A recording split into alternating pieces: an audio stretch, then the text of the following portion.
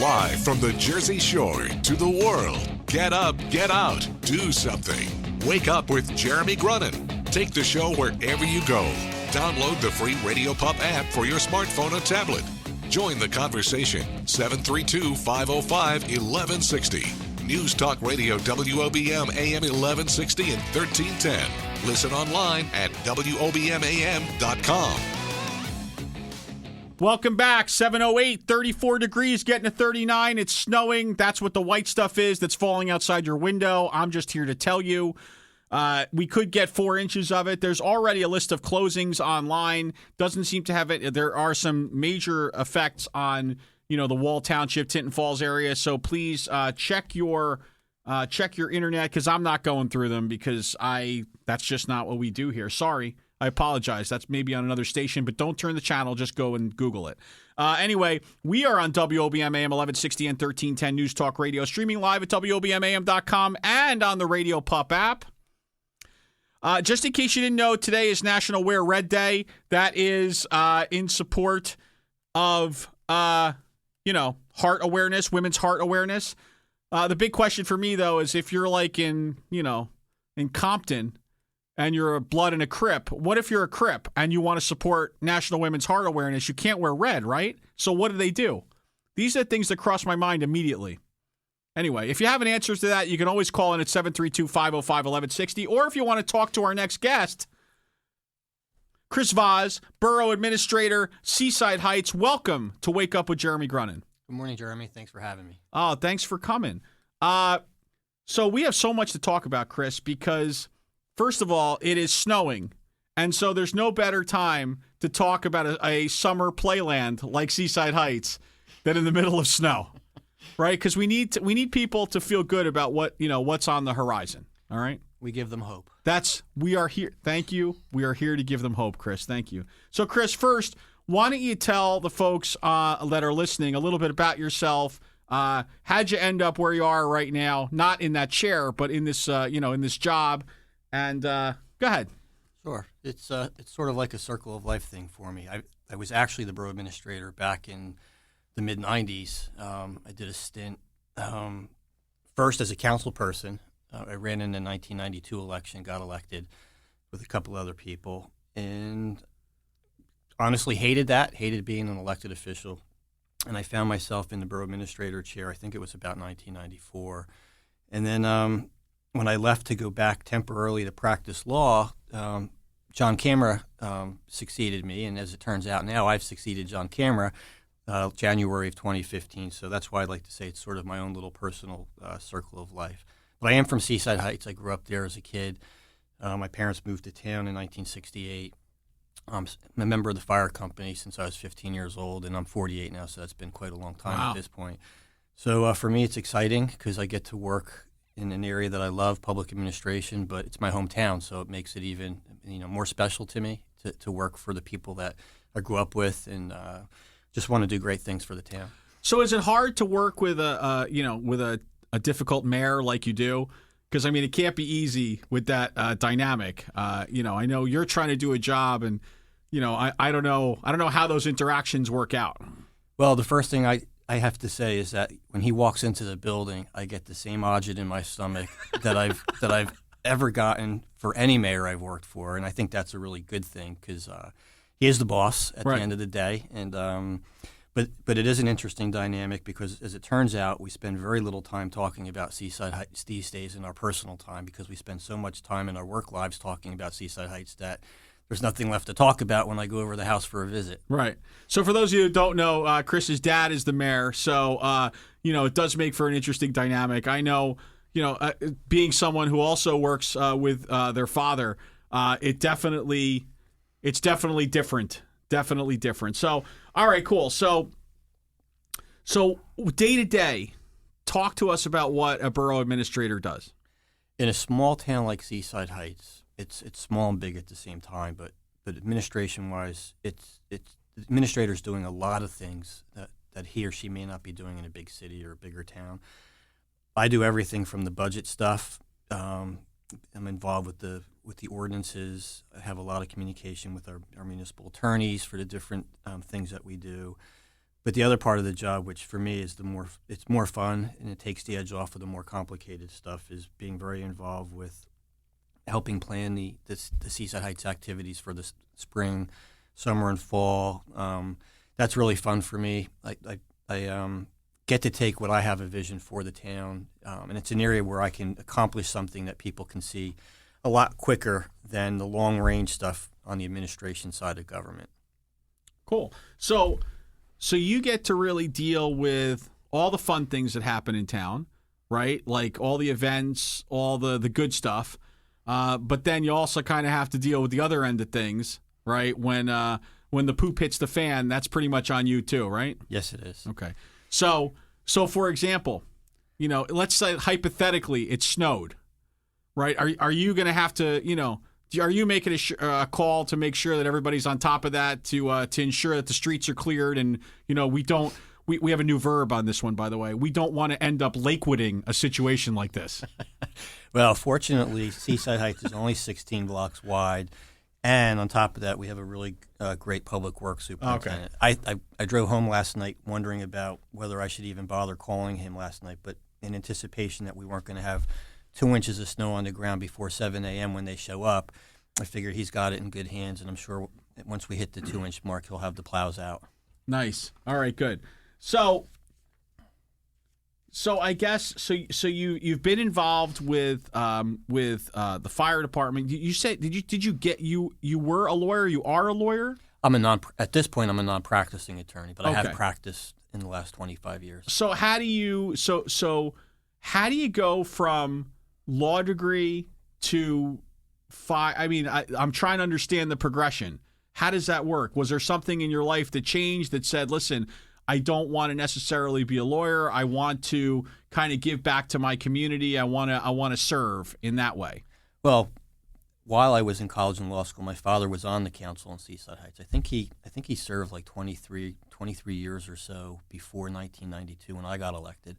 So I had been surrounded by local government pretty much my whole life, and watched him, deal with constituents and other people on the governing body. So it was something that I guess you can say was in my genes for a long time. But the thing with law school is, unfortunately, you don't get to try it out, and right. So you get stuck with going to law school for 3 years after 4 years of college, and then you either like it or you don't when you get out. And over the years, I've tried to find areas of law that I enjoyed, and I came close by finding a job in municipal law.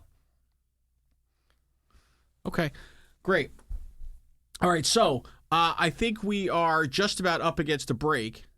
So what I want to do is when we come back, now that we've kind of got a feel for you and what your inclination to give back to the community, to take control, to make sure that Seaside is heading down the right road, we have a lot to talk about because we want to talk about the fun stuff that's coming up, right?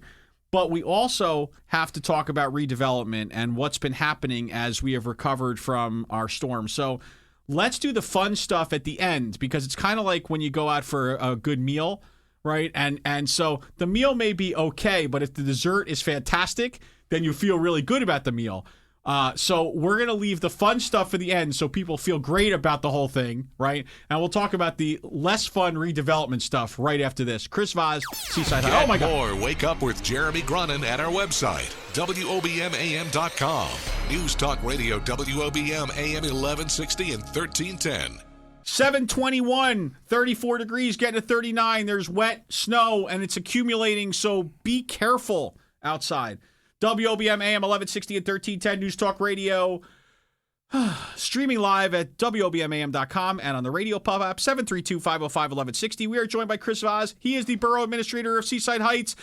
And now we are at the part of the show where we ask Chris, tell us about the redevelopment plans in Seaside. What's been happening? How are we kind of reimagining Seaside in the wake of obviously the most horrible devastation that this area has ever seen? Well, redevelopment starts at least 2 decades ago.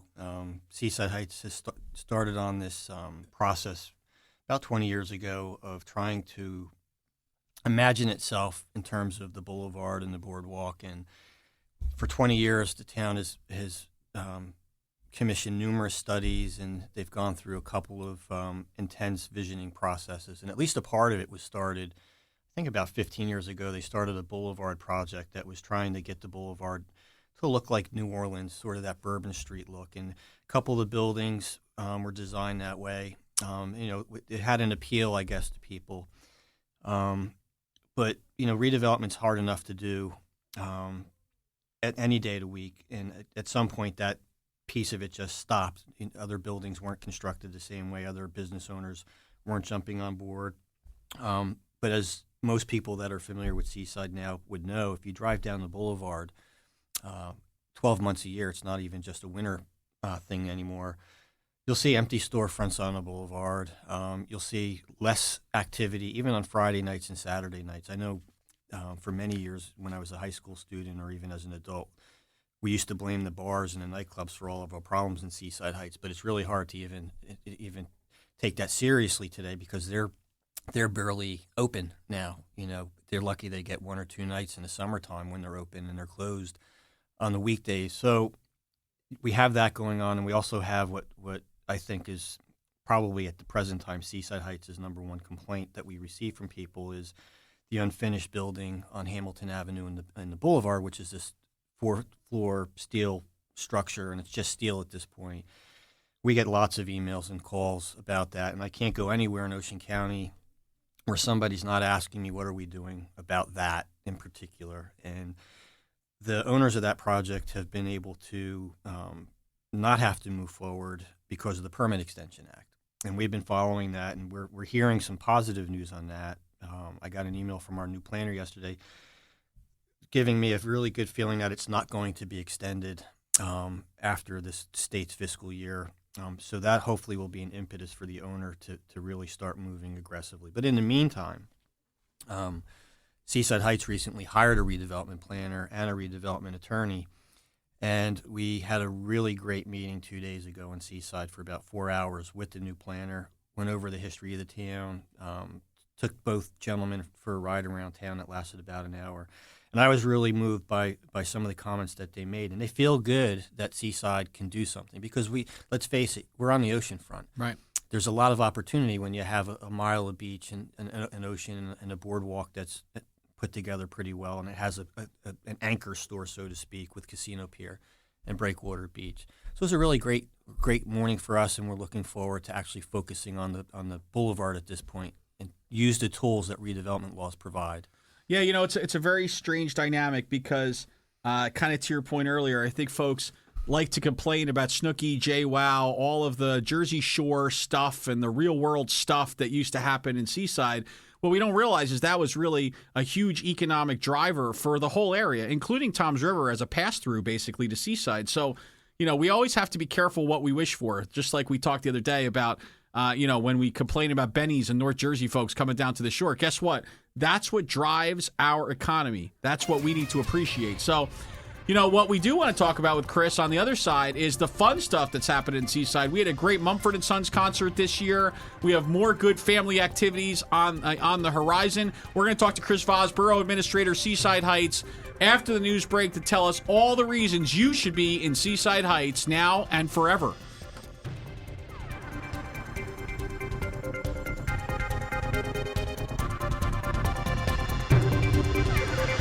Coming up next, the latest from WOBM News, the Town Square, New Jersey News Network, and Fox News Radio. Wake up with Jeremy Grunin. News Talk Radio, WOBM AM 1160 and 1310. Live from the Jersey Shore to the world. Get up, get out, do something.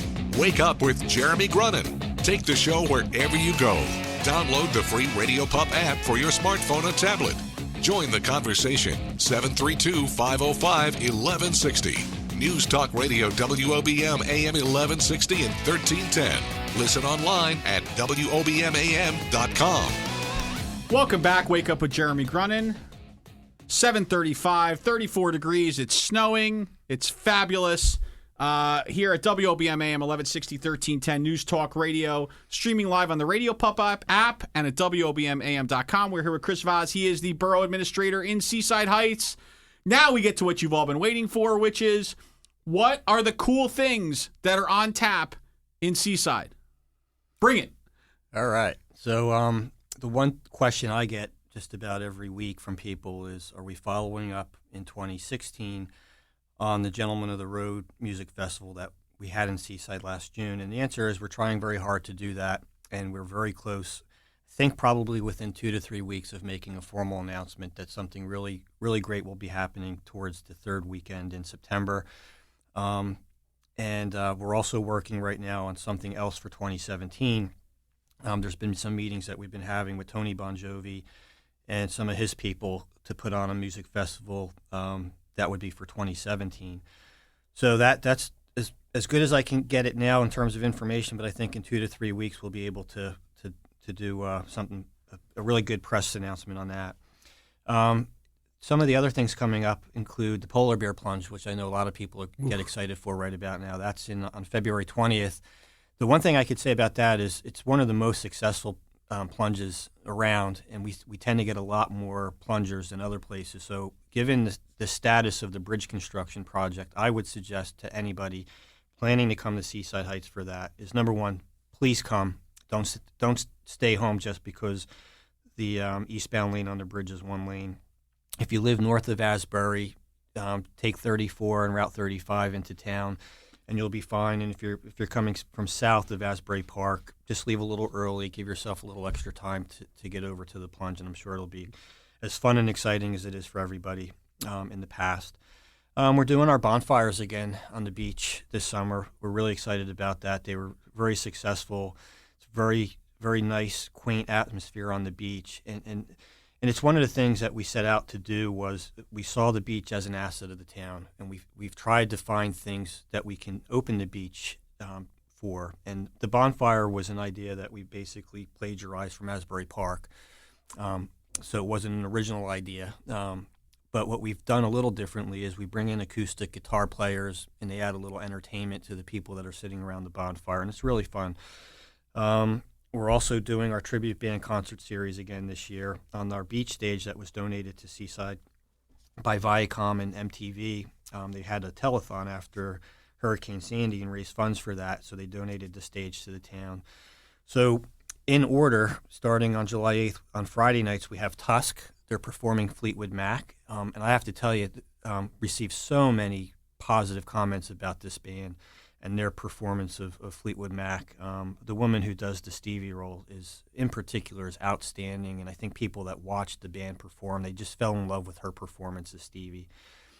On July 15th, we have the 10 band rolling in to do a tribute to Pearl Jam, and on July 22nd, there's a band coming up from Florida called the Pirate Flag Band, and I'm really excited about because on the boardwalk last year, everybody kept saying to me on Thursday nights, you got to get a country tribute band, Kenny Chesney. Well, I searched, and I finally found a great Kenny Chesney tribute band based in Florida, the Pirate Flag Band.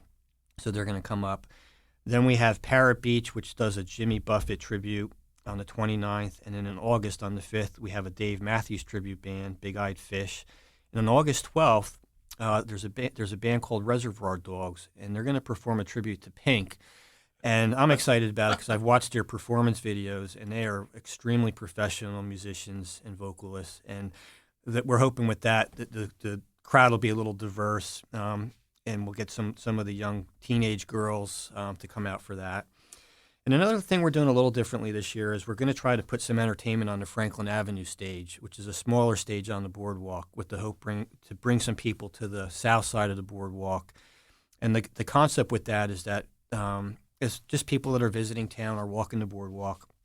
They'll get to see some great entertainment. For instance, we have a Billy Joel tribute band that'll be on the stage. We have a Beatles tribute band that'll be on the stage. And then we're bringing in an acoustic duo called Strumberry Pie on Thursday nights throughout the summer for the Franklin Avenue stage. The idea being that when you come to town, you're spending a lot of money on food and stuff like that. We want to add value to the experience by giving these free shows on the boardwalk, so people can walk by, get some great entertainment, and leave Seaside saying, hey, we just got something really great entertainment. So that the Franklin Avenue stage is going to be filled with that kind of thing this summer. Another thing is the overnight beach camping on the full moons. We're bringing that back. Jeez. Very, very successful. People love to just pop a tent on the beach. We're bringing back Wine on the Beach in September. Really excited. We have 2 great bands, the Bronx Wanderers and Beginnings, which is a Chicago tribute band. And I do want to mention one thing real fast. We've expanded our military free beach.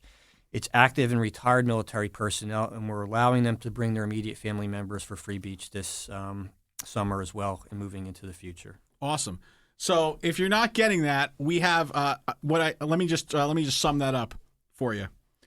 Number one, we have a lot of stuff going on in Seaside, right? I know I'm paraphrasing a little bit, but if you didn't hear that there are a gazillion events happening, then you weren't listening, right? So something happening all the time in Seaside this summer. That's fantastic. Chris, you and your folks have done a great job. I'm amazed that you are like one part make sure the roads are plowed, one part programming and entertainment manager for Seaside Heights. It's a pretty diverse job you have. I'm sure your dad is proud every day. Well, he's in Florida right now, so he can't hear this. Oh, good. All right. To have him that's all right. He can listen to us on YouTube. And the other thing I learned is that everybody likes to pop a tent on the beach. So that is something to take with you as we head out to a break. Chris Voss, Burough Administrator, Seaside Heights. Chris, thanks for joining us. And we want to hear it first when you have that big announcement in a couple weeks of who we're going to see maybe in September, okay? You got it. All right, Chris. Thanks so much. We'll be back with Dana Lancelotti after this.